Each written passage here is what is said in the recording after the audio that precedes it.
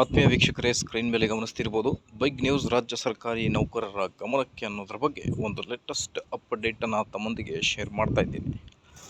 ವೀಕ್ಷಕರ, ವಿಡಿಯೋ ಬಹಳ ಇಂಪಾರ್ಟೆಂಟ್ ಆಗಿರುತ್ತೆ. ವಿಡಿಯೋನ ಸ್ಟಾರ್ಟ್ ಮಾಡೋಣ. ಅದಕ್ಕಿಂತ ಮುಂಚೆ ನೀವು ಕೊಡುವ ಒಂದೇ ಒಂದು ಲೈಕ್ ನಮಗೆ ಸಪೋರ್ಟ್ ಆಗಿರುತ್ತೆ.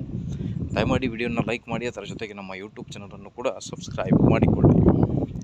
ಸ್ಕ್ರೀನ್ ಮೇಲೆ ಗಮನಿಸ್ತಿರ್ಬೋದು, ಹೊಸ ವೇತನ ವಿತರಣಾ ವ್ಯವಸ್ಥೆ ಜಾರಿಗೆ ಸರ್ಕಾರದ ಮಹತ್ವದ ಆದೇಶ.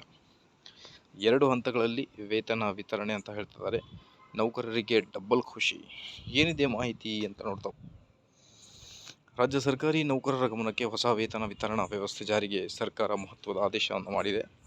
ರಾಜ್ಯ ಸರ್ಕಾರ ನೌಕರರ ವೇತನ ವಿತರಣಾ ವ್ಯವಸ್ಥೆಯಲ್ಲಿ ಮಹತ್ವದ ಸುಧಾರಣೆ ತರಲಾಗಿದ್ದು, ಇನ್ನು ಮುಂದೆ ಎಲ್ಲ ಸರ್ಕಾರಿ ನೌಕರರ ಸಂಬಳವನ್ನು ನೇರವಾಗಿ ರಾಜ್ಯ ಕೇಂದ್ರೀಕೃತ ಪಾವತಿ ಖಜಾನೆ ಹಾಗೂ ಜಿಲ್ಲಾ ಮಟ್ಟದ PAO ಮಾದರಿಯಲ್ಲಿ ಜಾರಿಗೊಳಿಸಲು ಸರ್ಕಾರ ನಿರ್ಧರಿಸಿದೆ ಅಂತ ಹೇಳ್ತಿದ್ದಾರೆ.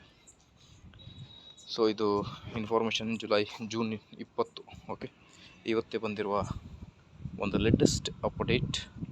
ಮಾಹಿತಿ ಇಷ್ಟದಲ್ಲಿ like, share and subscribe. Thank you.